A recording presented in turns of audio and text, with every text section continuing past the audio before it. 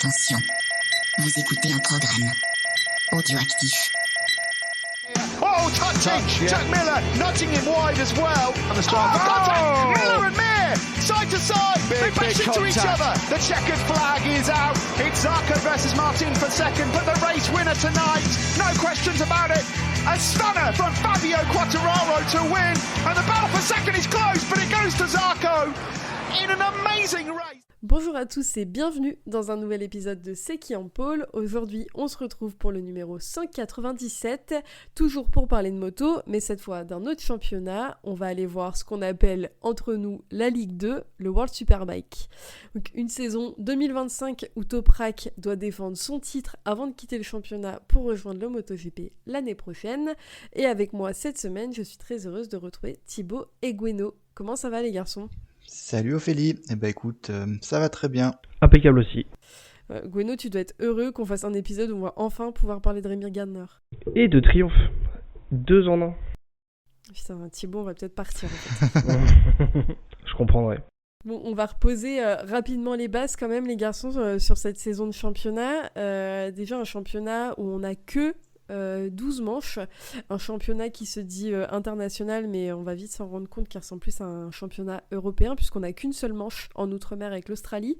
On en a 2 au Portugal, une aux Pays-Bas, 2 en Italie, une à Most du coup, une en Angleterre, une en Hongrie qui s'est déroulée il n'y a pas longtemps, 2 en Espagne et une en France. Thibaut, qu'est-ce que tu penses de ce calendrier ? Alors ce calendrier est très mal foutu. Alors déjà, une seule course hors Europe, je trouve ça bien dommage. Avant, on avait le Qatar, on a eu l'Indonésie, on a eu la Thaïlande. Et en fait, c'est depuis le Covid, ce championnat, vraiment, c'est devenu un championnat d'Europe. Puis je trouve c'est un peu dommage d'aller 2 courses au Portugal, 2 courses en Italie, 2 courses en Espagne. Autant aller dans d'autres pays. Donc, puis après, c'est plutôt le calendrier des courses. Des fois, on n'a pas de course pendant 1 mois et demi ou 2 mois. Ensuite, les courses s'enchaînent. Enfin voilà, donc c'est difficile à suivre en fait et à s'intéresser vraiment à ce championnat. Ouais, je te rejoins là-dessus. Je trouve que c'est mal foutu. T'as vraiment le début de saison, comme tu disais, où on va avoir une course par mois vite fait et après t'as un mois de pause. Là, cet été, on a 2 courses en juillet, on a un mois de pause et après on se retrouve avec 2 courses en septembre, 2 courses en octobre et c'est la fin du championnat. Alors d'un côté, ça a un avantage pour les pilotes qui se blessent.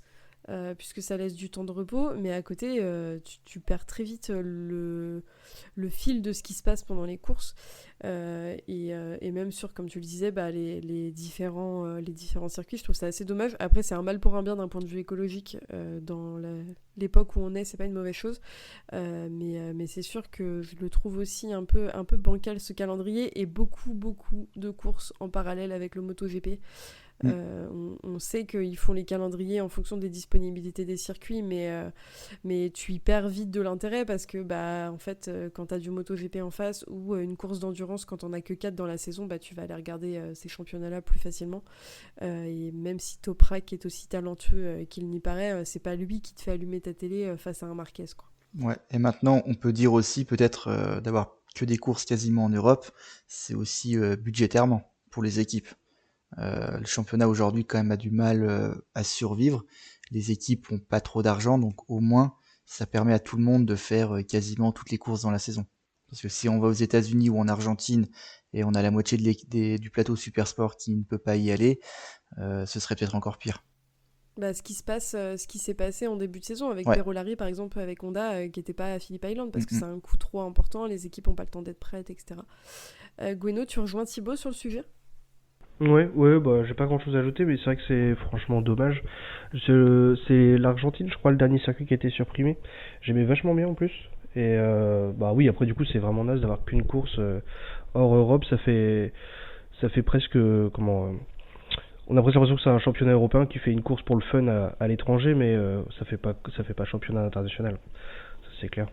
Après, pour l'organisation, j'imagine que c'est hyper compliqué de se caler sur les plannings des circuits, etc. Mais c'est vrai que toutes les fois où ça tombe en même temps que le MotoGP, c'est pareil, hyper décevant. Et après, on faisait la remarque qu'il y avait 12 week-ends de courses dans l'année, il y a peut-être moyen d'en faire un par mois. Ok, il y en aura en hiver, mais ce serait peut-être l'occasion d'aller justement hors Europe. Ce serait plus sympa que 2 courses dans un mois, puis après 3 mois sans course. Enfin, c'est vrai que c'est quand même très mal foutu. Et comme dit Thibaut, du coup, on a vite tendance à un peu oublier ce qui s'est passé quand on revient quand on revient à un week-end de course où il s'est rien passé pendant 2 mois, on se rappelle plus trop ce qui s'est passé à la course d'avant, quoi. Gueno a 2 doigts de nous proposer une course en Finlande le 25 décembre, quoi. Bah non, mais pour le coup, si tu vas à l'autre bout de la planète, c'est l'été. Oui, non, mais oui, t'as tout à fait raison. Je vais pas te contredire. On va faire un point, les garçons, sur le championnat en début de saison, puisqu'on n'en a pas du tout parlé pour le moment, tant on est assailli par la catégorie reine à côté pour les épisodes.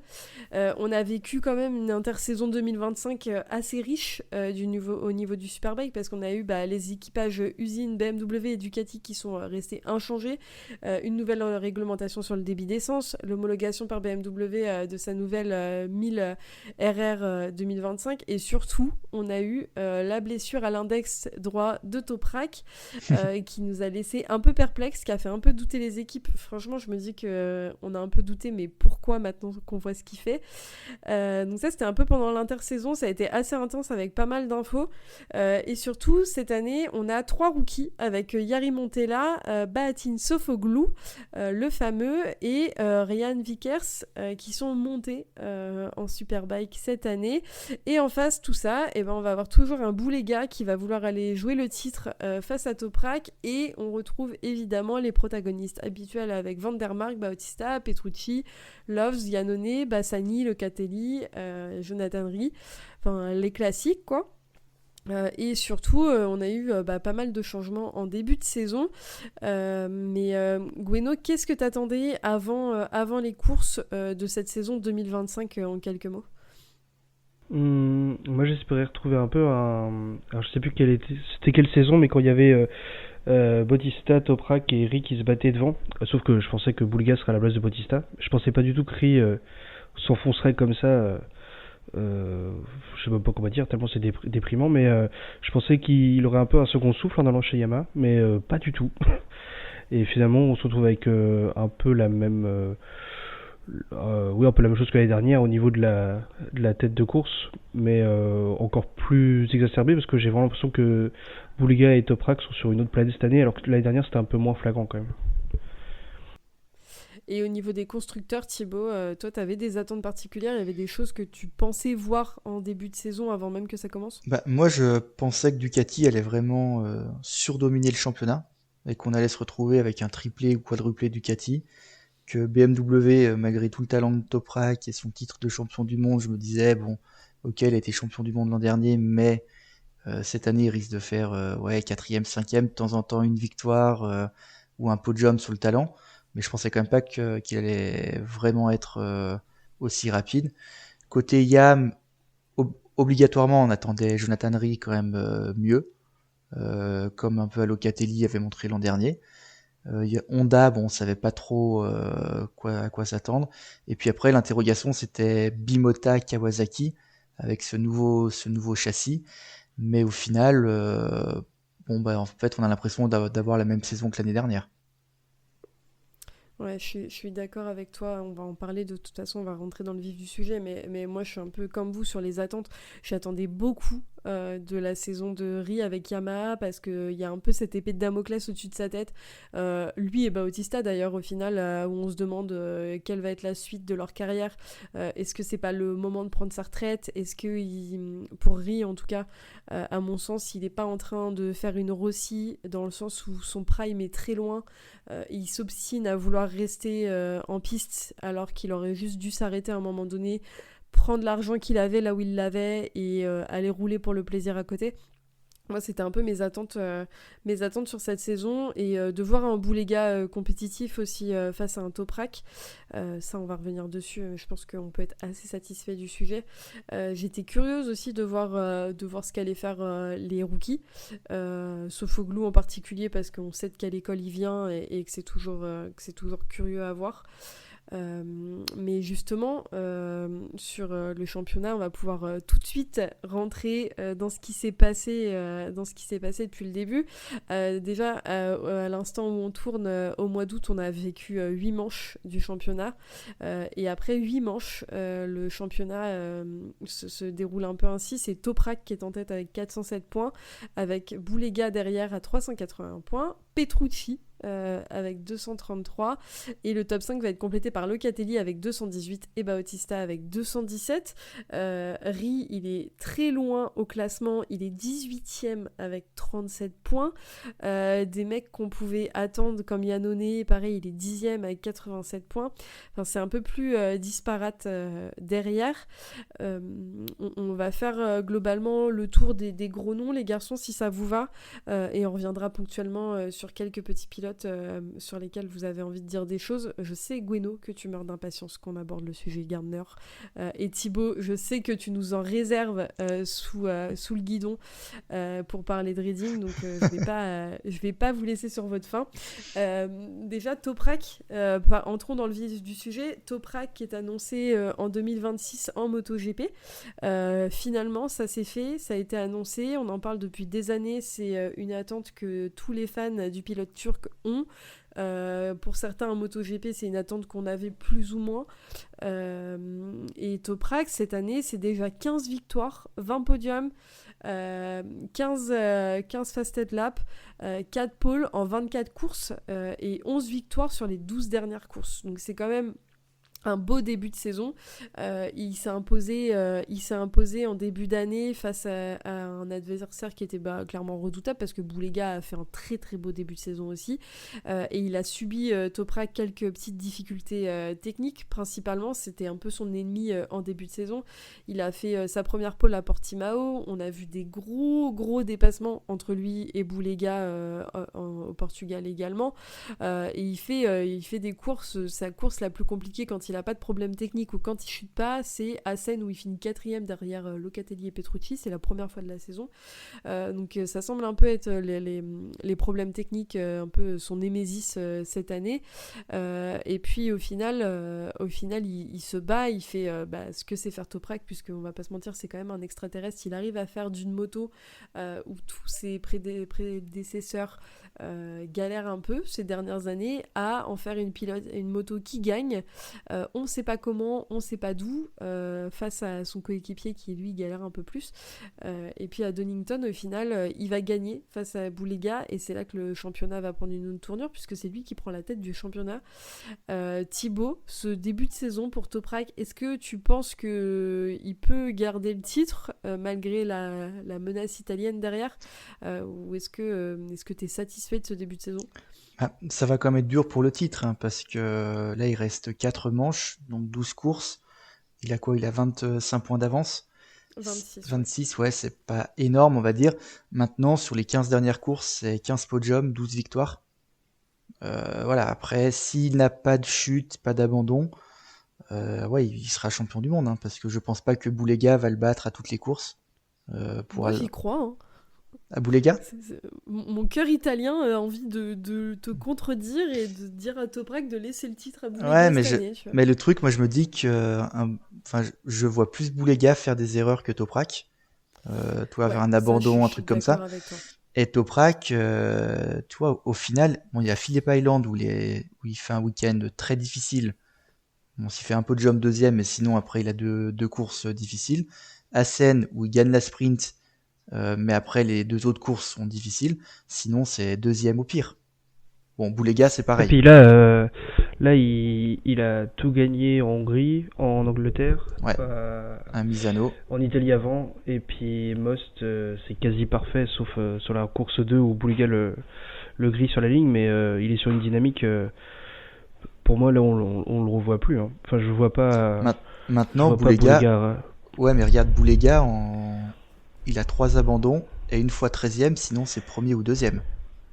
Oui. Pour moi, le vrai rival de Toprak, s'il arrive à se maintenir dans cette dynamique, ce qui me choquerait pas, c'est vraiment la technique. Parce que depuis le début de la saison, c'est des problèmes techniques. On l'a vu à Phillip Island. Phillip Island, il était bien parti. Et au final, il finit 13ème parce que parce qu'il avait un problème technique. Enfin, pour moi, ça peut être son plus gros rival, c'est ça, parce que jamais Toprak ira perdre au mental.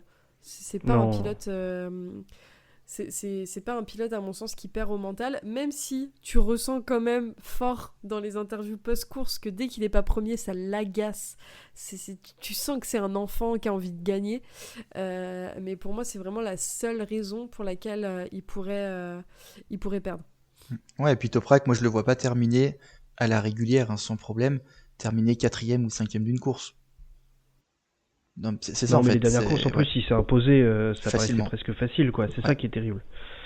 C'est que sur les dernières courses, il paraît complètement invincible par rapport au début de saison où, effectivement, ça se jouait plus, c'était un peu plus serré.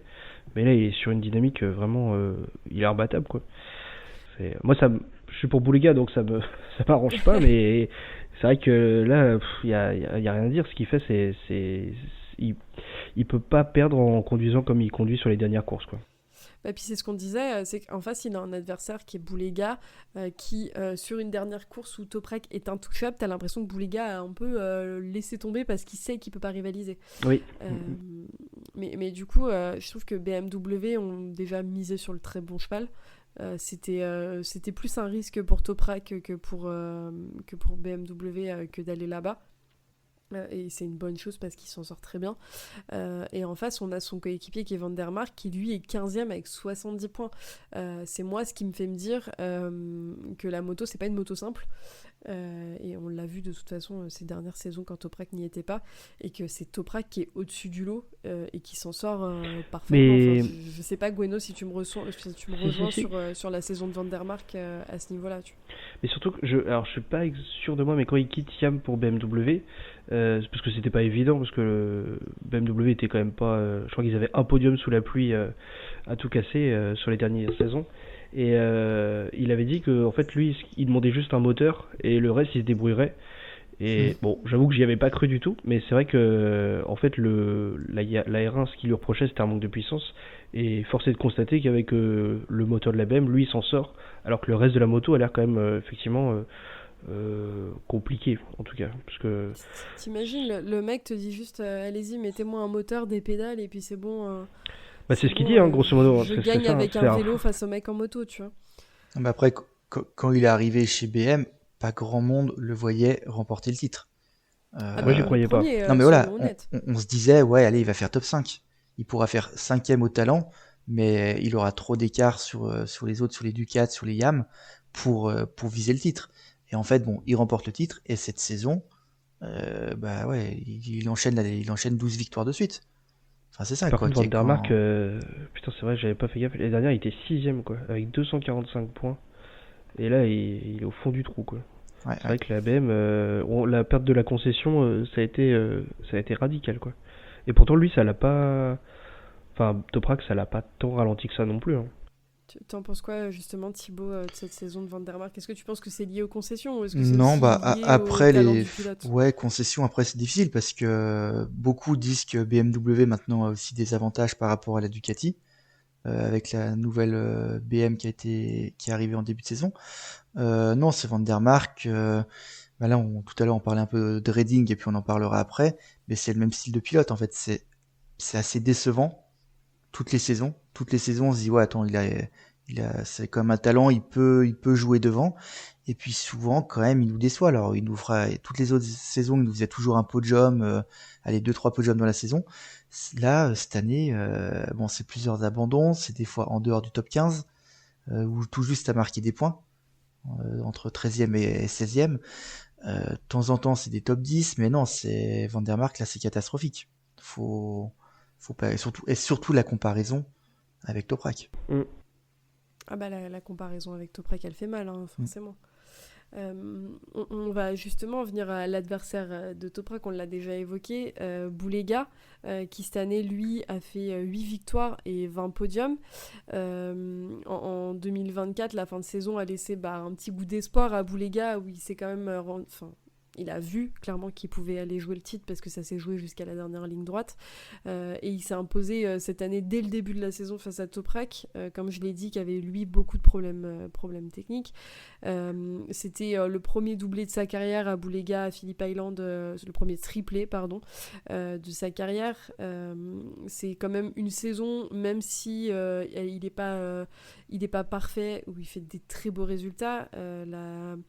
La panne qu'il a vécue à Assen, ça a été un peu le coup de massue, parce que c'est souvent la technique au final qui vient faire pâtir les pilotes de problèmes plus que le talent. Il était sur une belle lancée. Thibaut, qu'est-ce qu'en ressort pour toi de ce début de saison chez Ducati pour Boulega ? Non, mais le début de saison est excellent. Comme tu le dis, il a le nombre de podiums, 20 podiums en 25 courses. Et les 20 fois, en fait, entre premier ou deuxième, il a 3 abandons. Et une fois où il termine 13e là, en Hongrie avec bon, ça aurait pu être aussi un abandon. C'est une erreur, une erreur de sa part. Comment dire, il a pas marqué beaucoup de points suite à un problème. Mais sinon, premier ou deuxième, c'est le seul qui arrive à se battre avec Toprak, au moins sur les premiers tours. Même si sur les dernières courses, c'est vrai que Toprak quand même s'est imposé assez facilement. Non, Boulega, est-ce qu'il peut faire mieux ? Honnêtement, c'est difficile. Hein. Sans les pannes techniques, c'est sûr qu'il peut aller rivaliser. Parce que Assen, il perd 2 victoires hein, sur panne technique. Misano. Déjà, il perd 2 victoires et en fait, sans les pannes techniques, il est toujours devant Toprak. En fait. Oui, voilà, c'est ça. Puis il a l'accident avec Bassani aussi, ouais. Qui le pardonne pas, ouais. C'est vrai que. Mais c'est pour ça, en fait, il a quand même 3 abandons, mais les 3 sont pas de sa faute. Et sans ces 3 abandons, quand on voit les résultats qu'il fait, c'est soit premier, soit deuxième, ça lui faisait 3 deuxièmes places de plus, donc. Ça lui faisait 35 points de plus, donc il serait devant au championnat. À mon sens, si le titre est pas pour lui cette année, si l'année prochaine il reste avec une moto qui est bien née comme elle l'est cette année, il n'y a pas de raison qu'il soit pas titré, à condition que Miller ne vienne pas popper en World Superbike, parce que je pense qu'à partir de là ça peut être compliqué pour lui, mais en tout cas il est sur une carrière où c'est quand même bien mieux que ce qu'il faisait quand il était dans le paddock MotoGP, quoi. Surtout que Ducati est en train d'homologuer sa nouvelle V4 pour l'année prochaine, je crois, donc ça risque d'être... vu que Toprak part, j'ai peur que l'année prochaine il soit tout seul devant et qu'on le voit pas. Hein. Enfin, j'ai peur. Je serais content parce que je l'aime bien, mais ce serait assez ennuyeux. Mais justement, à moins que, on parlera du mercato tout à l'heure, mais que des têtes de MotoGP qui n'auraient plus de guidon en MotoGP montent en Superbike. Mais je suis assez d'accord avec toi. Après, mais si des mecs de MotoGP descendent, alors pas Miller forcément, mais t'en as 2-3 qui sont un peu plus vieillissants et dessous, il est encore jeune, il pourrait... c'est toujours compliqué d'estimer le niveau des pilotes entre 2 catégories, mais je pense pas qu'il soit si ridicule que ça, hein, parce qu'il est vraiment... il tient Toprak, donc il est quand même vraiment bon hein, dans son style de paysage, etc. Donc je pense pas qu'il soit à la rue tant que ça. Hein.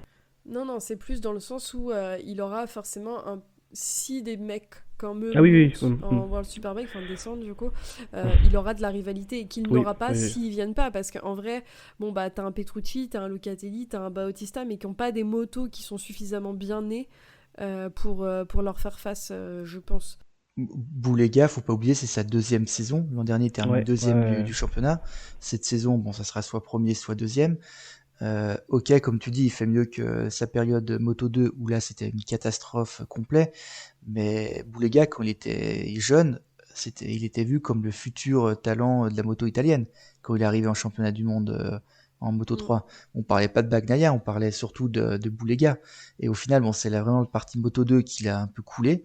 Mais non, c'est quand même et là, depuis 2 ans, et même avant quand il était en Supersport, il nous remontre que oui, il n'était pas là par hasard au début quand il est arrivé à 18 ans, quand on l'annonçait à 18 ans, 19 ans comme un futur très très très grand pilote. Puis de toute façon, déjà on sait que le passage en Moto 2 ça peut être très très compliqué et ça peut être tueur de carrière pour certains pilotes. la bise à Guevara. Mais si Boulega, Ducati va le chercher aussi pour les aider sur le développement des motos, etc., pour le mondial à côté, c'est pas pour rien. C'est qu'ils connaissent et ils savent de quoi est capable ce pilote et ce qu'on peut attendre de lui à l'avenir. Et comme tu le dis, Thibaut, il est encore jeune. Donc en fait, là où Toprak, lui, va arriver plus sur une fin de carrière et il va sûrement aller se terminer en MotoGP, lui, il est sur le début. C'est pas un Jonathan Rie ou un Bautista qui va venir prendre les années de lumière que lui peut encore avoir. Et justement, derrière lui, on a, comme je l'ai dit, Petrucci, qui a fait 7 fois 3ème quand même depuis le début de saison, ce qui est pas rien. Est-ce que tu es impressionné par cette saison par Guino ? Bah, impressionné, je sais pas, parce que ça a toujours été un bon pilote, et puis bon, je suis plutôt content, c'est un mec sympa, c'est cool de le voir là. Mais du coup, j'arrive pas à m'empêcher d'avoir un goût de déception vis-à-vis des autres qui se font battre par un mec qui a été au Dakar, qui a été en Superbike américain, qui revient et qui fait une super saison. Je me dis, pour le niveau des autres, à part Locatelli en dessous qui a l'excuse de la moto, mais le fait de le voir si haut, je peux pas m'empêcher de me dire que les autres ont un niveau qui est peut-être un peu trop bas pour un championnat du monde. Je mets des guillemets parce que je vais pas juger non plus. Il y en a qui ont des difficultés différentes, mais même Bautista, il se fait battre par Petrucci. Je sais pas, c'est un peu décevant, quoi. Mais très content pour Petrucci, par contre. Ouais, je te trouve dur. Je te trouve dur quand même, parce que toi, quand il était en MotoGP, c'était quand même un pilote plus que correct. Bon, alors ok, il avait la Ducati officielle, la Ducati Pramac qui est ensuite officielle. Après, il a eu le passage sur la KTM où c'était une catastrophe complète. Et en fait, il a dû quitter un peu le MotoGP pour aller au Moto America, un peu comme tu dis là, c'est quand il avait fait le Dakar, tout ça. Et au final, quand il est revenu en Superbike, c'était pas dans le sens, pas dans le sens où il était pas bon, mais plus il a 34 ans, il est un peu retraité du MotoGP. Je me dis, tu vois, je m'attendais plus à le voir à la place d'un Iannone, mais plus parce que le temps a passé que parce qu'il est mauvais, quoi. Mais c'est vrai, après, dès qu'il est revenu en Superbike en 2023, il termine 6ème du championnat, 5ème l'an dernier. Ouais. Donc au final, honnêtement, début de saison, Petrucci, je me disais, moi, ouais, top 5ème, 6ème du championnat. Alors c'est sûr, là, il est 3ème, mais est-ce que lui, en fait, j'ai l'impression que lui, là où il doit marquer des points, il marque les points. Donc il est jamais par terre. Dès qu'il y en a un qui fait une erreur, ou notamment à Bautista, on parlera après, qui a eu quand même plusieurs abandons, plusieurs problèmes, lui, Petrucci, en fait, il abandonne pas. Et en gros, il prend les points là où il faut prendre les points. Et ça lui permet de se retrouver actuellement 3ème du championnat. Maintenant, Locatelli et Bautista sont vraiment pas loin derrière. Donc, pour moi, je veux pas dire qu'il a eu de la chance depuis le début de saison, mais c'est plutôt, en fait, il a maximisé, on va dire, il a pris toutes les opportunités pour marquer les gros points. Oui, il est très solide. Et justement, en parlant de solide, on a quand même Locatelli cette année qui a profité d'un petit problème de la part de Boulega pour aller décrocher sa première victoire et qui a fait 4 podiums. C'est un pilote assez discret. Thibaut, qu'est-ce que tu penses de ce début de saison pour lui ? Son début de saison, il est correct en fait. Faut pas oublier qu'en 2023, Locatelli avait fait une super fin de saison. Il est terminé 4ème du championnat, je crois. Il était pas très loin d'un Rea qui était à l'époque encore sur la Kawa. L'an dernier, il avait eu un peu plus de mal, et cette année, en fait, il est là où on l'attend. Mais comme tu dis, en fait, c'est le pilote discret, on parle jamais de lui, mais il est quand même souvent présent dans le top 5. C'est pas une surprise de voir Locatelli terminer dans le top 5 d'une course. Donc là, de le voir 4ème, d'avoir gagné à Assen, c'est cool pour lui, sa première victoire. On va dire, il la méritait quand même, parce que ça fait 3 ans qu'il a enchaîné quand même plusieurs podiums là depuis 3 ans. Alors ok, c'était parce que Boulega avait cassé quelques tours de la fin, mais non, Locatelli, pour moi, en fait, il est vraiment à sa place cette saison, et il est même je le voyais même un peu mieux, je l'aurais vu plus souvent sur le podium, voire même se battre un peu une fois ou deux avec un Toprak ou Boulega. Ouais, je suis d'accord avec toi. Je vais pas te paraphraser parce que je suis assez d'accord. Et d'un point de vue personnel, c'est un pilote que j'affectionne particulièrement. Du coup, je suis contente de le voir réussir quand même à faire quelques podiums. Effectivement, il y a un goût d'inachevé dans le fait qu'il en fait pas plus cette année. Après, pour le coup, je vous trouve un peu dur parce que oui, il est à peu près à la même position classement que les années précédentes. Par contre, il a quand même un énorme écart avec deuxième pilote Yamaha qui est derrière lui, parce qu'il a 218 points, et Eigerter, je sais pas comment ça se prononce, il a 78 points. Pour le coup, il est à peu près à la même place que d'habitude, sauf que là, il est le seul pilote Yamaha à être si loin, si haut dans le classement. Bah, c'est que son Ah oui, non, mais justement. Ouais, c'est que son coéquipier est complètement nul. Non, mais Oui, voilà, mais on en parlera après. Oui, Mais... c'est Non, mais vrai. c'est surtout ça. C'est parce que, honnêtement, c'est pas Gardner ou Eigerter. Voilà, je sais que ça va pas te plaire, mais Eigerter, non, mais Non, mais t'as Eigerter, raison, de toute façon, c'est gentil, mais il a jamais rien fait de sa carrière. On l'aime bien, Domi, mais c'est pour ça. Après, il est plus aussi, il est un peu sur fin de carrière, on va dire. Bon, Gardner qui est un petit peu décevant aussi. Mais c'est vrai, oui, comme tu dis, c'est vrai que par rapport aux trois autres Yamaha, il est quand même largement devant les autres. Ouais. Et justement, passons quand même à la suite du classement, puisque Yamaha, on y reviendra tout à l'heure, comme tu l'as dit Thibaut. Derrière Locatelli, on retrouve Bautista, qui du coup est 5e du championnat. Il a 217 points. Lui, il a 0 victoire cette année, Ouais. ce qui est quand même assez surprenant pour le pilote espagnol. 13 podiums et 5 abandons. Il se retrouve dans une situation où la réglementation est toujours, à mon sens, injuste. Et je pense que un certain Pierre ne nous contredira pas, qui, d'après Bautista, lui amène un handicap sportif. Il a fait un communiqué dans la saison à ce sujet en disant que c'était, comme je l'ai dit, injuste et très handicapant, et qu'il fallait revoir cette réglementation. Goueno, est-ce que tu penses qu'il se cache derrière cette nouvelle réglementation pour cacher une perte de performance, ou que ça a un vrai impact sur son talent et sur ce qu'il est capable de faire? Ah non, moi je suis d'accord avec toi. Pour moi, c'est vraiment pas juste et ça doit vraiment le pénaliser. Après, je faisais la remarque en début de saison qu'il a aussi 40 ans. Il y a peut-être un moment où, malheureusement, un obstacle comme ça, il aurait pu rebondir il y a 5-6 ans. Mais que là, aujourd'hui, c'est trop. Ça le pénalise vraiment trop à un âge où c'est peut-être plus compliqué de se réadapter, quoi. Mais oui, non, je suis d'accord. Je pense que enfin, il suffit de voir par rapport aux dernières saisons, quoi. C'est vraiment la dégringolade. C'est sûr que ça l'a pénalisé. Ouais, alors moi je pense quand même il se cache un petit peu derrière ça. Oui, ça peut le pénaliser. Maintenant, Bautista, à chaque course, dès qu'on l'entend, il se plaint. Il se plaint de ça. Alors oui, Il fait que ça, j'ai l'impression que ça fait Oui, c'est 2 ans terrible. qu'il se non, mais plaint. en fait c'est ça. L'année dernière, t'avais Bautista Redding qui à chaque week-end s'en mettait plein les dents l'un contre l'autre. Et là, bon, maintenant, t'as plus que Bautista, mais en fait, t'as l'impression qu'il se plaint tout le temps. Mais comme dit Gueno, il a 40 ans maintenant. À aucun moment cette année, il a réussi à se battre avec Toprak ou Boulega. L'année dernière, déjà, Boulega lui avait quand même mis un peu la misère, même si, quand Boulega arrivait directement, il était au niveau de Bautista.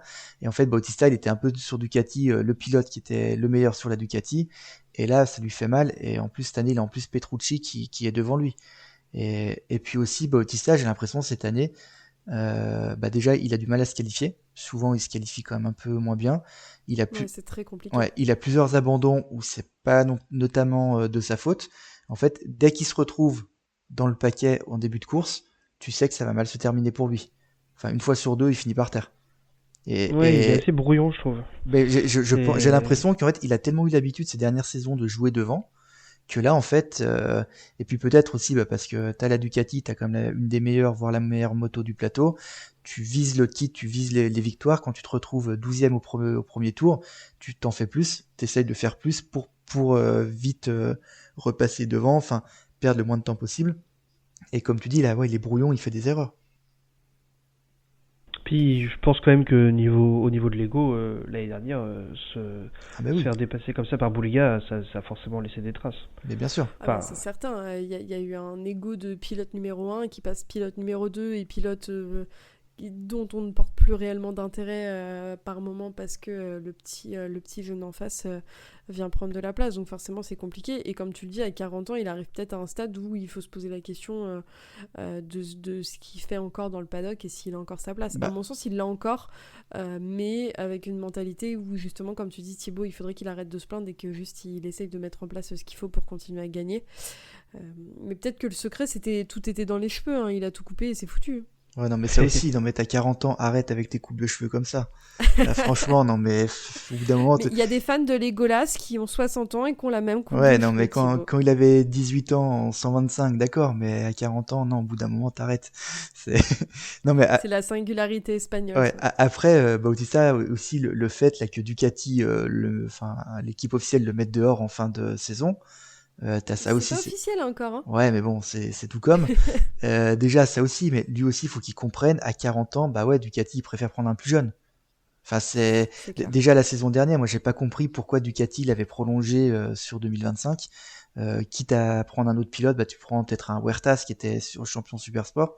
Bon, alors, il est parti en moto 2 finalement, mais tu te dis, bah t'essayes de prendre un pilote un peu plus jeune, parce que Bautista, tu sais, ok, ce qu'il va faire, il va te faire. Bon, alors cette saison, non, il a pas fait de victoire, mais il sera quand même régulièrement sur le podium, mais c'est pas l'avenir en fait. Et tu dis, pour une équipe Ouais, puis officielle, c'est surtout, normal de penser à l'avenir. surtout quand t'es une équipe officielle et qu'en face on te dit que potentiellement il y a des pilotes MotoGP qui veulent Ben c'est monter, ça, évidemment que tu vas laisser une place là où c'est possible. mais bien sûr. Non, je suis d'accord avec toi. Je suis curieuse de voir ce que ça donnera à partir de Magny-Cours et sur la fin de saison. On va avancer les garçons parce que cet épisode va être très long sinon. On va ouvrir le dossier des frères Loves avec Sam Loves qui a décroché sa première pole position de sa carrière en World Superbike et Alex Loves lui qui est 8ème. Qu'est-ce qu'on en pense, Gwenno, de la saison des frérots Loves, je vais dire des frérots de la Vega, la dame va dormir. Bah, donc on finisse d'enregistrer quand même. J'en sais trop rien. J'avoue que je savais pas trop à quoi m'attendre.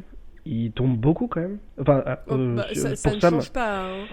oui, tout à fait. Mais Tu me dirais l'inverse, je serais étonnée, tu vois. non, mais Alex tombe pas tant que ça, finalement, en Non, mais parce que comparaison. c'est pas le frère qui tombe.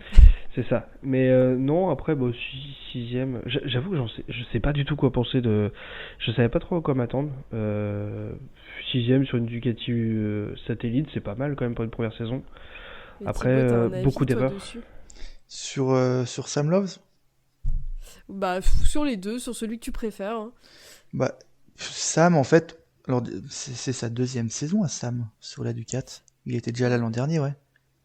Non, non, il était déjà là l'an dernier, hein. Il était tout le temps par terre, mais il était là. Euh, Non, mais Sam Loves, il est quand même rapide cette saison. Il est mieux que l'an dernier, parce qu'il est quand même souvent vers la 5e, 6e place. Pour une Ducati privée, en fait, il est à sa place pour moi. Alors bon, Oui, c'est ça, ouais. il a quand même 5 ou 6 chutes dans la saison, mais bon, après ça c'est habituel, c'est un peu un running gag entre lui et son frère. Quand c'est pas l'un, c'est l'autre, et même souvent les deux chutent en même temps, chutent dans la même course, donc c'est quand même très très marrant. Les deux jumeaux là, voilà, mais non, Sam Lowe, il fait une saison pour moi c'est correct. Et puis Alex, j'attendais, enfin j'avais un peu peur de la Bimota, de cette nouvelle moto. Et au final, il s'en sort mieux que son coéquipier Bassani. C'est pas exceptionnel, c'est moins bien que les saisons précédentes. Maintenant, est-ce que c'est lui qui a 34 ans? Est-ce que c'est la moto? Je sais pas trop. Pardon, Ouais, il a mais fait un celle-là, peu. je l'attendais pas, Thibaut. De quoi? Est-ce que c'est lui qui a 34 ans ou c'est la moto? Non, mais oui, est-ce que Celle-là, le problème, on pourra en faire ton épitaphe, Thibaut, est-ce si que, ça te convient. est-ce que le problème c'est lui ou est-ce que le problème c'est la moto? Voilà. Non, mais c'est toujours comme ça. Ouais, je vais pas te paraphraser parce que je suis assez d'accord avec toi et j'ai l'impression que Gwenno était perplexe face à la situation des deux frères. Non, par contre, après, Alex, il a fait un podium, donc je trouve que c'est correct. Ouais, j'avoue que j'étais content pour lui. Après, je me suis rendu compte que c'était la première fois de la saison que je le voyais. Et je me suis rendu compte que c'était pas une super saison. Mais c'est vrai qu'il me. Non, mais il me laisse. Les deux me laissent assez froid cette saison. Je sais pas, il y a pas grand chose qui se dégage. Ils sont à leur place, mais rien de foufou non plus, quoi. Ouais, c'est des gentils, quoi. Oui, enfin, non, après, je les connais pas personnellement, hein. Bah, ils ont l'air gentils. Ah oui, je pense que oui. Les Loves, entre eux, se glissent un petit espagnol, Xavi Vieré, qui est 7ème au championnat, qui fait une saison pas si dégueu, il y a des petits moments d'apparition pour lui. Thibaut, est-ce que c'est là où tu le voyais cette année ou est-ce que t'en attendais un peu mieux? Moi j'en attendais un peu mieux, j'avoue. Non, J'aurais aimé le voir un petit peu plus haut. c'est plutôt là où je l'attendais, comme les Kona. En fait, eux, les deux ont pour moi un très gros problème, c'est la Honda. Maintenant, ils ont quand même réussi de temps en temps à faire parce que bon, les Kona, on va dire, les deux sont plus ou moins au même niveau. Les Kona ont été quand même blessés, et là va continuer à être blessé, il s'est cassé la jambe.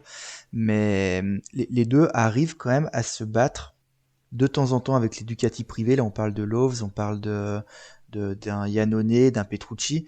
Ils arrivent quand même à se battre un peu avec eux. Souvent, bon, ils ont un peu plus de mal sur les fins de course, mais non, ils sont là où je les attendais.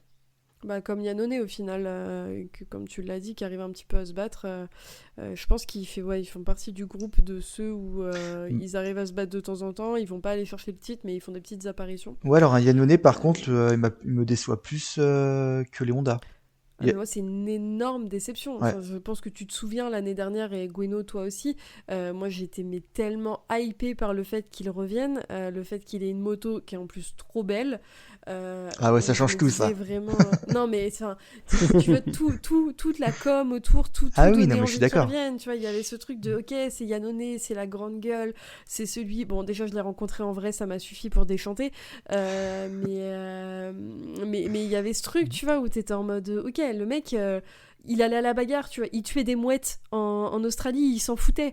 Genre, tu vois, c'était le pilote que t'avais envie de voir et qui était un peu le pilote, ce que j'appelle les pilotes dégueux, tu vois, c'est les pilotes qui sortent un peu du cadre, etc., qui arrivaient à aller se battre devant. Là, ouais, il est là, il fait des stories, quoi. Enfin, Surtout que l'année dernière, il avait fait une saison correcte qui pouvait Ah laisser oui. présager des trucs sympas. Il fait 5 podiums, une victoire, c'est cool. Là, cette année, Mais on le voit la saison jamais. dernière, c'est super ce qu'il fait, hein. C'est... Pour un mec Oui, qui ouais, revient ouais, c'est après très bien. 4 ans de suspension, enfin, bon, il a pas roulé pendant 4 ans, on savait pas du tout à quoi s'attendre. Et il fait vraiment une très bonne saison. Alors que cette année, franchement, il est un peu nulle part. Il a fait bonne premier week-end à Phillip Island, et après, t'as certains week-ends, il marque même pas un point. C'est ça, en ouais, c'est fait, ça. qui est fou. Donc, non, ouais, vraiment une grosse déception, ouais. Bon, et puis dans les pilotes qui font un peu, qui font des conneries, on avait Bassani aussi, qui s'était lancé pour la première fois d'une première ligne, en promettant à Bimota potentiellement une place sur le podium, ça leur aurait fait du bien. Finalement, il a décidé plutôt que c'était plus sympa d'aller percuter Boulega au premier virage. Et puis les deux ont fini au gravier et à l'abandon. Il est venu s'excuser et expliquer à Boulega ce qui s'était passé, mais au final, lui, tout ce qu'il a fait, c'est donner 12 points à Toprak d'avance sur Boulega. Bassani, dont on parlait pas mal aussi en début de saison, dont on attendait quand même quelques petites perfs. Du coup, c'est pas la perf qu'on attendait de lui, ce qui s'est passé. Gueno, qu'est-ce que t'en penses du petit Bassani? Déjà, c'est vrai que c'était compliqué de savoir où est-ce qu'il allait être placé, parce que la Bimota, on savait pas trop à quoi s'attendre. Après, ouais, c'est vrai que c'est un peu, je vais pas dire décevant, parce que la moto a quand même pas l'air si simple que ça, mais c'est vrai que j'espérais un peu mieux, peut-être Après, dans le top est-ce 10. que tu peux être Après, déçu d'un pilote dont tu sais pas ce que tu peux attendre? C'est compliqué, je trouve. non, mais alors, à part l'année dernière où il fait vraiment une saison assez mauvaise, sinon, ces 3 premières saisons, il est toujours dans le top 10, si je dis pas de bêtises. 9ème, 7ème, 6ème, c'est ça. Pour moi, c'est un pilote de deuxième partie de top 10, et bon, je m'attendais un peu à mieux. Après, effectivement, comme tu dis, c'est compliqué d'avoir des attentes sur une nouvelle moto. Surtout qu'il n'existait pas avant, quoi. Donc, ouais, un peu déçu, mais oui, rien d'alarmant non plus. Surtout que là, il est 11ème avec 84 points, mais finalement, jusqu'à la 7ème place, c'est assez serré, donc ça peut vite changer s'il refait une belle perf comme à Misano. C'est juste très dommage qu'il ait foiré sa belle qualification, quoi. Ouais, je te rejoins là-dessus. Thibaut, est-ce que tu as quelque chose à ajouter avant qu'on passe du côté de Yamaha? Ouais, Bassani, moi c'est vrai qu'il me déçoit un peu, mais déjà la saison dernière sur la Kawa, parce que ses 3 premières saisons comme dit Gueno sous la Ducati privée, c'était très bien quoi. Pour un pilote qui arrivait, il a fait des podiums, enfin il se battait de temps en temps un peu pour les victoires. Donc je m'attendais vraiment à pas mal de lui l'an dernier. Il m'avait déjà vraiment déçu, et cette saison on va dire, il confirme, on confirme qu'il est pas non plus, il n'arrive pas à faire mieux. Donc là, comme son coéquipier Lowe's, est-ce que ça vient de lui ou est-ce que c'est la moto? Bon, là, je pense quand même qu'il y a quand même un peu un problème de moto, hein. Mais j'ai un peu peur que Bassani, ça soit un peu un Michael Rinaldi. Sur une... Ouais. Non, mais toi, sur la Ducati privée, tu fais des bonnes courses, il peut gagner des victoires, enfin, faire des podiums. Et puis, en fait, là où il passe, où on attend qu'il passe un cap, au final, un peu décevant. Et puis voilà. Rinaldi qui au final était au GMT 94 en Supersport, qui a vu une place se libérer en Superbike et qui est revenu du coup chez Motox Racing cette saison. Alors on reviendra sur son remplaçant dans un autre épisode où on parlera de Supersport, mais parce que Tito Rabat a décidé au bout de 5 manches de quitter Motox Racing Yamaha pour laisser sa place à Rinaldi. Au final, Rinaldi vient de revenir, donc laissons-lui le bénéfice du doute et un peu de temps. Moi, je vois un peu... il pourra pas faire pire que ce qu'il faisait au GMT. Hein. Bah rien. Donc, non, parce que là ouais, on en parlera dans l'épisode sur le Supersport, mais oui, Rinaldi, là, il peut faire que mieux. Hein. C'est clair. Et justement, du côté de Yamaha, faisons un petit tour. On a Agarter, Gardner, c'est ton moment, Gueno, qui sont là. Et puis on a surtout Jonathan Rie qui fait un flop monumental cette saison, avec quand même 9 courses manquées. À Phillip Island, il a perdu le contrôle de la moto. Il l'a envoyé en l'air et hors de la piste avant que la moto ne tombe sur son pied gauche, le fracturant à plusieurs endroits. Super ce début de saison. Qu'est-ce qu'on pense, Thibaut, avant que Gueno se lance sur Gardner et qu'on fasse un épisode de 6 heures. Qu'est-ce qu'on pense de Yamaha et des 3 petits pilotes là qui nous font un petit mélange de pas grand chose? Ouais, Agarter, Gardner, je suis quand même assez déçu. Même si on va dire ils sont plus ou moins à leur place, enfin notamment un Agarter, qui en plus en fin de saison ne sera plus là. Et puis pour Réa, c'est comme tu dis, il rate les 9 premières courses, il revient à Crémone, mais bon, il peut pas marcher, donc il termine dernier des courses. Donc on va dire, en fait, il rate 4 manches sur les 9 premières de la saison, sur les 8 premières de la saison. Donc faut pas attendre grand chose de lui. Il est plus tout jeune. Malheureusement, je pense que, en fait, j'ai envie de dire pour lui, faudrait mieux arrêter maintenant. Ça m'embête parce que c'est un pilote que j'adorais. Il a souvent été critiqué en disant que c'est grâce à la Kawa où il gagnait les courses, sinon il n'était pas si bon que ça. Enfin, c'est le seul quand même non plus à l'époque qui pouvait gagner avec la Honda avant d'aller chez Kawasaki. C'est un pilote, c'est peut-être le meilleur pilote de l'histoire du Superbike. Et là, en fait, t'as l'impression que rien ne va. Il n'arrive pas à s'en sortir. Il a quoi maintenant? Il a 38 ans, 39 ans. Est-ce que ça vaut le coup de continuer pour terminer 10e? Je sais pas, mais pour moi, ouais, c'est un peu une fin en eau de boudin. Donc là, il va quitter normalement Yamaha en fin de saison. Il cherche un guidon sur une Ducati privée. Est-ce que si t'as une équipe privée, est-ce que tu prends Réa? Bon, pourquoi pas, mais ça serait un risque quand même pour une équipe et puis pour lui en fait, ouais, faudrait peut-être mieux arrêter. T'es d'accord avec ça, Gueno? Ouais, complètement. Et puis, aller chercher une moto sur laquelle, on a un peu l'impression que, comme disait Redding à un moment quand il était chez BM, non, mais si j'avais une Ducati, je jouerais devant. Elle le dit pas comme ça, mais Oui. Au final, ouais, il a 38 ans, il est blessé à multiples reprises cette saison. Je pense que, bon, voilà, il y a un moment, c'est pas la moto le problème, c'est que la roue tourne à tourner, comme dirait Ribéry, et puis voilà, faut raccrocher les gants, et puis tant pis, quoi. Non, surtout l'année dernière aussi. Une saison aussi. L'année dernière aussi, il avait été blessé, il s'était blessé. C'est un pilote qui n'était jamais blessé auparavant. Donc oui, c'est vrai que là, en fait, t'as l'impression que maintenant, dès qu'il chute, là aussi, avant, il chutait jamais, Réa. Et aujourd'hui, il chute quand même assez régulièrement. Donc ouais, en fait, t'as un truc qui est peut-être cassé, inconsciemment dans la tête, je sais pas, le corps qui ne suit plus, ou même s'il a toujours l'envie, peut-être le corps qui ne veut plus. Ouais, l'envie d'avoir envie, ça suffit pas. Ouais, t'as l'impression qu'il y a que l'ego qui... Waouh. Ouais, t'as mis du temps à l'avoir. Comme Rie qui a du mal à retrouver son guidon, quoi.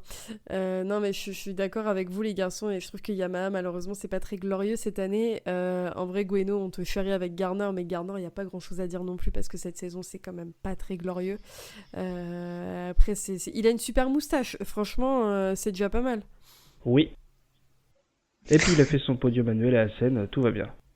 Oui, voilà, c'est ça. Toi, non, qui as son podium, tout va bien, quoi. Parce que pour ceux qui ne connaissent pas non, je l'ai Gwenno, même pas vu, dans on la était vraie vie, au- Gwenno se laisse pousser la moustache comme Gardner pour lui ressembler. Et c'est un gros problème. Non, ça n'a rien à voir. C'est faux, mais de toute façon, voilà, je dément. Ouais, personne ne peut te voir, personne ne pourra démentir. Exactement. Thibaut, avant qu'on passe à faire un petit point mercato, avant de clôturer cet épisode qui est déjà un peu long, il y a eu un drama dans le paddock World Superbike, un drama qui, moi, me rend vraiment triste puisque Redding a décidé de nous quitter avant Manicourt. Il aurait pu attendre parce que pour ceux qui me connaissent et qui écoutent le podcast depuis un moment savent que j'ai beaucoup d'amour pour ce pilote et que j'adore le croiser à Manicourt. Et maintenant qu'il est papa, il s'est dit allez c'est bon, j'en ai ras-le-bol d'aller à Manicourt dans ce champ de patates où il n'y a rien autour. Et du coup, on a eu un petit drama puisqu'il a quitté son team sans les prévenir et il s'est tout simplement barré. Est-ce que tu peux nous raconter un peu ce qui s'est passé? Non, mais c'est Redding. Tout à l'heure, on parlait de Bautista qui se plaignait, mais Redding, c'est pareil, ça fait 2 ans. Ah bah, le mec, il a pris son sac à dos, ses gants, et Mais puis il a dit allez, Ça bye. fait 2-3 ans, Redding, c'est pareil, à chaque course, quand même, il se plaint de quelque chose. Alors, c'était marrant, c'était l'année dernière, il y a 2 ans, avec Bautista, en conférence de presse, c'était toujours l'un contre l'autre, c'était très marrant. L'an dernier, quand même, quand il arrive sur la BMW, il fait comprendre que grâce à l'arrivée de Toprak, BM a mis les moyens, que maintenant que lui il n'a rien à envier à Toprak, il peut le battre, il peut viser le titre. Bon Toprak finit champion, Redding 15e. Début de saison, là il passe sur une Ducati, donc maintenant on passe sur une Ducati. On me paye pas, je ne suis pas payé, c'est pas normal, j'ai une famille à charge, mais je vais prouver que l'an prochain on devra me payer pour rouler, que je peux battre tout le monde avec la Ducati, je n'ai plus d'excuses, plus rien. Enfin tout ça, j'ai tout ce que je veux aujourd'hui. Ouais, ok. Février, début de saison à Phillip Island, c'est le meilleur moment de sa carrière, même s'il n'est pas payé. Avril, alors là, il s'en prend à Marc Marquez. Marc Marquez, bientôt, il a le droit, il a fait sa carrière parce que Repsol et Red Bull l'ont aidé, alors que lui, c'était le pauvre petit qui n'a jamais eu d'aide, alors que bon, il était quand même soutenu dès 15 ans, il était en 125. Ah mais Thibaut, c'est juste que t'as pas compris. Redding, il a pas eu sa carrière parce que Marquez lui a volé sa moto, c'est tout. Ah mais oui, mais c'est ça. Sinon, le nouveau Marquez, Mais c'est c'était sûr, Redding. Redding en 4 ans en Moto 2, c'est 3 victoires. Bon c'est sûr que par rapport à Marquez, c'est vraiment parce que Repsol et les Espagnols, le complot espagnol, une fois de plus.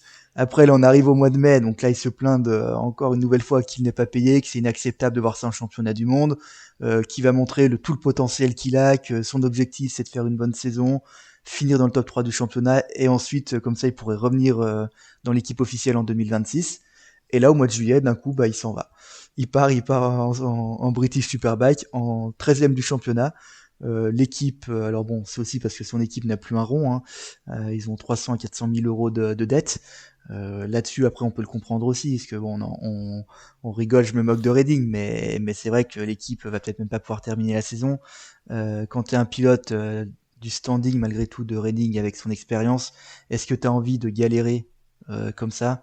Le début de saison était quand même très mauvais de sa part, sauf en Australie où il était très bien. Donc après, on peut comprendre son départ. Là, il retourne en British Superbike. Bon, il fait 2 week-ends. Il a déjà fait une victoire, 3 podiums. Et puis après, j'ai envie de dire, je comprends aussi le pilote qui a envie de jouer les premiers rôles dans un championnat plutôt qu'il est terminé 10e ou 15e en championnat du monde. Et puis, par contre, il y a un truc quand même où là, Redding, on peut le souligner et lui dire merci. Il a quand même critiqué aussi la Dorna sur le fait de ne pas du tout médiatiser ce championnat, qu'en gros tout le monde se fout du Superbike côté de la Dorna, que c'est un championnat d'Europe qu'on ne va plus en dehors de l'Europe, dans ce qu'on disait en début d'épisode, que les billets sont trop chers pour le public, donc le public ne vient pas, que quand on va dans certaines villes qui accueillent les manches Superbike, on a 3 pubs qui se courent après dans la ville, mais qu'en fait personne n'est au courant qu'il y a une compétition de moto. Et là-dessus, ça, et voilà. Les contredire, hein. Et là-dessus, en fait, c'est le seul qui dit la vérité. Ah clairement, on peut pas le contredire. Enfin, on a l'exemple parfait de ce qui se déroule chez nous en septembre. Même si j'adore ce circuit et j'adore l'événement, Manicourt. Déjà, qui sait situer Manicourt sur une carte? Pardon, excusez-moi, mais il va falloir nous expliquer. les seuls trains pour y aller, c'est les mêmes qui vont à Poudlard à un moment donné. Et juste, en fait, tu ne peux pas accéder au circuit. Comment tu veux amener du public là-bas quand t'as pas d'infrastructure, quand t'as pas de communication, quand t'as rien, même au niveau national, en fait. Enfin, c'est des événements sportifs qui ramènent de l'argent, qui ramènent du touriste. Il n'y a aucun moment où c'est mis en valeur. Donc forcément, les sponsors suivent pas. C'est évident pour les pilotes. Mais en tout cas, du coup, merci Thibaut, parce que c'était ultra détaillé. Et j'adore le fait que tu sois allé chercher ces trucs-là une par une pour dire « Regardez, j'avais raison ». Et là, j'ai pas repris la période MotoGP, parce que sinon, ça aurait encore pu être très marrant. Mais on te laisse, si tu veux, on te laisse un épisode d'1 heure où tu parles de Redding et de toutes ces déclats, hein, parce que je pense qu'il y a de quoi faire. Mais oui, effectivement, moi je trouve ça dommage. Je trouve qu'il a eu raison de partir dans une circonstance où là, il peut aller jouer des podiums et que la situation financière pour lui est bien plus intéressante. Ce que je trouve dommage, c'est la manière dont ça a été fait. C'est quand même sorti d'un chapeau, c'est genre coucou, bah je me barre. Tu sais, comme c'est vraiment ton ex qui t'a dit qu'il t'aimait pendant des jours et des jours, la veille il te dit je t'aime et le lendemain il te quitte pour la secrétaire, tu vois. C'est vraiment cette situation pour le team, et du coup je trouve ça vraiment dommage comme façon de faire. Gouino, qu'est-ce que t'en penses? Mais je suis en train de me dire, c'est même pire que ça. Je crois que ils l'ont appris dans les médias, je crois qu'il partait. On n'a pas eu cette. Oui, c'est ça, c'est même pas lui qui leur a dit. En fait, ils ont appris ça par les médias. Il a signé en BSB, puis bon, bah, son équipe Superbike a appris ça. Mais bon, après, comme on dit, il est pas payé, il avait rien. Enfin, quel contrat il avait vraiment, on ne sait pas en fait. Et puis là, l'équipe début juillet, ils ont une dette de 400 000 euros. T'es pilote, tu te dis, est-ce que la prochaine course, on va la faire? Là, t'as une opportunité d'aller, voilà. L'équipe, ils perdent Redding, ils en récupèrent un autre. Si les deux sont gratos, en vrai, Oui, c'est pas très cool de sa part, mais en soi, y a pas mort d'homme non plus. C'est une équipe qui a pas de thunes, qui perd un pilote qui paye pas, qui doivent récupérer un pilote ils vont pas payer non plus, j'imagine, parce que Mackenzie, qui amène l'argent, qui doit amener un budget, donc c'est ça. Après, voilà, donc la manière est nulle, mais bon, en soi, l'équipe va pas trop se plaindre non plus, j'imagine. Non, je pense pas non plus. Bon, les garçons, ça c'était un peu l'événement popcorn de ce début de saison. Je pense qu'on nous en réserve encore d'ici la fin, justement avec le mercato, puisque c'est quand même la grosse période des transferts. La saison étant quand même très disparate pour eux. Il se passe beaucoup de choses pendant la trêve et en début de saison directement en Superbike. Donc on va faire un point rapide, puis après on va clôturer cet épisode qui est déjà très long. Les premiers pilotes qui ont été annoncés pour 2026, c'était le duo Bimota par Kawasaki, du coup, qui était composé d'Alex Loves et d'Axel Bassani. Ils se compliquent pas la vie sur les prénoms des pilotes, les gars, quand même, hein. Et on avait Ryan Vickers aussi, qui est toujours sous contrat avec Moto Corsa Racing pour 2025 et 2026. Ça, c'est ce qu'il a signé dès le début, donc ça, c'est ce qu'on avait de sûr. On a Locatelli qui resterait en 2026 et 2027 chez Yamaha. Boulega qui est prolongé d'1 an, c'est étonnant d'ailleurs que ce soit que d'1 an, chez Ducati. Toprak qui part en MotoGP, ça c'est pour le gros départ de la saison. On a Gareth Garloff qui va rester chez Kawa jusqu'en 2026. Sam Loves qui va rester en 2026-2027 chez Marc VDS. Lui, de toute façon, tant que sa femme est là, est-ce qu'il a une raison de partir? Voilà, il faut nourrir les enfants. Yari Montella qui va rester chez Barney l'année prochaine aussi. Gardner, pour toi Goueno, qui va rester chez Yam aussi dans son team jusqu'en 2027. Vous n'avez pas fini d'en entendre parler. On a aussi Stéphane Manzi qui va devenir du coup le coéquipier de Gardner, et on a Petrucci qui va remplacer Toprak chez BMW. Ça c'est un peu surprenant. Donc voilà pour ce qui est sûr. On a 11 pilotes de confirmés pour la saison 2026, et en face on a un Jonathan Rie qui arrive en fin de contrat, qui n'a pas de guidon, un Lequana et un Viré qui eux non plus n'ont pas de guidon pour 2026, Agarter qui est toujours en recherche également, et puis on a quand même Canepa qui travaille maintenant chez Yamaha, qui a soumis l'idée que potentiellement Agarter resterait dans la famille Yamaha comme il le dit. On a Vandermark qui n'a toujours pas clarifié l'avenir pour lui pour 2026. Et puis après, ça tourne dans le vide, quoi. On a Petrucci, Sam Loves, Iannone, c'est des choses sur lesquelles il y a encore des points d'interrogation. Le départ de Petrucci de chez Barni va laisser un guidon libre à ce niveau-là. Et puis on a quand même Bautista qui a fait pas mal de déclarations médiatiques sur le souhait de rester avec Ducati. Il envoie des appels de phare. Il est là, coucou, j'ai envie de rester avec vous, gardez-moi. Mais pas de réponse de Ducati pour l'instant, il n'a pas eu de proposition. Et puis le mercato, il s'est aussi fait dans pas mal de rumeurs, puisqu'on a parlé de l'arrivée de Dixon potentiellement chez Honda. On a parlé de l'arrivée de Canet qui aurait pu monter en World Superbike, qui au final lui a re-signé en Moto 2. On a la rumeur de Lecuona chez Ducati avec Boulega. On parle de potentiellement Miller s'il est pas reconduit en MotoGP. Jonathan Rie chez Barni ou Bautista. Enfin voilà, c'est un peu un mélange de toutes ces rumeurs. Thibaut, qu'est-ce que tu penses de ce mercato et de l'intensité dans lequel se font les transferts cette année? Ouais, bon après c'est un peu toujours le cas quand même en Superbike. Maintenant, bon, t'as une bonne moto quand même qui reste, qui va être dispo, c'est la Yamaha avec Locatelli, un coéquipier de Locatelli. Donc pourquoi pas, tu parles d'un Miller s'il il arrive du MotoGP, parce que sinon quand même pour les autres pilotes Superbike, ça peut être un bon guidon. Si un Lecuona va chez Ducati, ça laisse donc une place chez Honda pour peut-être Dixon. Bautista, je pense quand même que Ducati, enfin, si t'as Ducati, malgré tout, une équipe privée, Bautista, tu sais quand même à quoi t'attendre avec lui. Tu sais qu'il pourra te faire un top 5. Donc, Bautista chez Barni, pour moi, ça me paraîtrait pas déconnant. Et puis voilà, sinon après le reste, c'est surtout Petrucci quand même qui remplace Toprak. C'est la grosse info. Enfin, le gros transfert. Ça, je trouve ça complètement fou. Maintenant, qu'est-ce qu'on va attendre de Petrucci l'an prochain?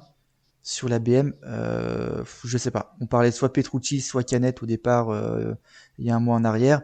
Je sais pas ce qui était le mieux. Si c'était mieux de prendre un pilote de Moto 2 ou de prendre un Petrucci. Comme on disait tout à l'heure, Gueno, tu disais Petrucci, il a quoi, 34, 35 ans. Ouais, bon tu sais à quoi t'attendre. Il sera pas champion du monde. Il te fera pas d'exploit. Il devrait pas terminer 15e, je pense. Mais en fait, il est juste là, on va dire, peut-être pour un an, pour le temps de prendre un pilote qui arrive d'une autre catégorie ou un pilote qui est libre. Et Gueno, qu'est-ce que t'en penses, toi? Pour le cas de BM, en fait, Petrucci, ça dépend si ils prennent un jeune. J'ai pas d'exemple en tête comme ça. On pensait à Canet, mais finalement, apparemment, il a signé. Mais ça peut être un bon numéro 2 qui engrange les points. Si après ils prennent, pour le coup, je dis n'importe quoi, mais ils prennent un Bautista, c'est un peu décevant d'avoir un line-up comme ça, quoi. Après, on verra. Du coup, il n'y a plus trop de rumeurs pour la place chez BM, vu que Canet est parti. Enfin, j'ai rien vu. Ouais, Van der Mark, voir si Van der Mark continue ou pas. Oui, c'est vrai qu'en soit. Ouais. Mais j'ai hâte de voir qui va signer sur les 3 usines libres. Enfin, Ducati, BM et Yamaha. Mais ouais, c'est vrai que. Sinon, je pense que de toute façon, il y a beaucoup de pilotes qui vont re-signer. Pas forcément dans la même équipe, mais qui vont changer d'écurie. Il va pas avoir tant de rookies que ça. Moi, j'aimerais bien, un Lecuona sur Ducati, je pense que ça peut être très sympa. Moi, ça m'intrigue, tu vois, justement, je me dis, est-ce qu'il est suffisamment performant ou alors est-ce qu'il l'utilise plus en pilote de développement pour aller à l'avantage de Boulega? Après, il est pas très vieux, Lecuona, il a 25 ans. Il arrive. Ah non, c'est un baby. Ouais, il est arrivé très jeune en MotoGP et il a quand même fait des bonnes performances sur la KTM en MotoGP à l'époque où KTM Tech 3 c'était un peu difficile. Et là, sur la Honda Superbike, de toute façon, ça fait 15 ans qu'ils ne font rien. Donc avec Vieré, ils sont pas trop mal, mais pour ça j'aimerais le voir vraiment sur une vraie moto et face à un coéquipier, face à Boulega, pour voir vraiment ce qu'il vaut. Moi, j'aimerais bien voir Dixon chez Ducati. Voilà, je vous le dis. Ça, c'est un truc qui me plairait bien. Mais t'as déjà Lowe's sur Ducati qui est par terre. Non, mais Lowe's, il me laisse tout à fait froid, alors que j'aime bien Dixon. Mais toi, t'es le seul fan du pays avec Simon Patterson et les fans de Dixon. Vraiment, tu sais que j'enregistre avec mon t-shirt Dixon. Là. J'ai pas fait exprès. Ouais, il est super. Si tu le dis. Mais les connasses, c'est vrai que ça me fait pas... Pour le coup, pour rebondir, ça me fait pas vraiment... Vont pas tant de rêves que ça. Je trouve pas sa carrière hyper brillante non plus. J'ai pas assez stats en tête, mais j'ai pas souvenir de beaucoup de podiums et aucune victoire. Non, ça c'est sûr Je vois pas trop l'intérêt de l'emmener. Enfin, je vois l'intérêt dans le sens, j'aimerais bien le voir, voir ce qu'il donne et ça, mais pour Ducati, je vois pas trop pourquoi Ducati irait le chercher lui, quoi. Je pense qu'ils peuvent avoir mieux, ils peuvent facilement avoir mieux, quoi. Ouais, on verra de toute façon, c'est ce qu'on disait, tous décantent après Manicourt. Moi, je suis vraiment surprise de Petrucci à la place de Toprak. J'ai vraiment hâte de voir ce que ça va donner. Mais je trouve que effectivement le mercato actuel, beaucoup de gros pilotes sans guidon, c'est assez curieux, sachant qu'en Supersport il n'y en a pas beaucoup qui auront le potentiel pour monter, je pense. Donc on verra ça après Manicourt. Les garçons, est-ce que vous avez quelque chose à rajouter avant qu'on clôture cet épisode ? Non. Et ben on va clôturer alors. C'est tout pour nous pour aujourd'hui. On se retrouve dans un prochain épisode pour faire un point sur le Supersport et l'année de nos 4 Français ainsi que le championnat mondial de moto féminin. Pour ceux qui seront au World Superbike, on pourra s'y voir parce que je serai sur place, peut-être Gwenno et d'autres personnes du podcast que vous avez déjà entendu à nos micros. Donc si vous nous croisez, n'hésitez pas à venir nous rencontrer, ça nous fera toujours plaisir. En attendant, vous pouvez nous retrouver sur toutes les bonnes plateformes de streaming, mais aussi sur Facebook, Twitter, Discord, Instagram, un peu partout au final. On vous attend pour discuter de moto. C'était un plaisir les garçons de faire cet épisode avec vous et je vous dis à très bientôt. Salut. À bientôt, salut.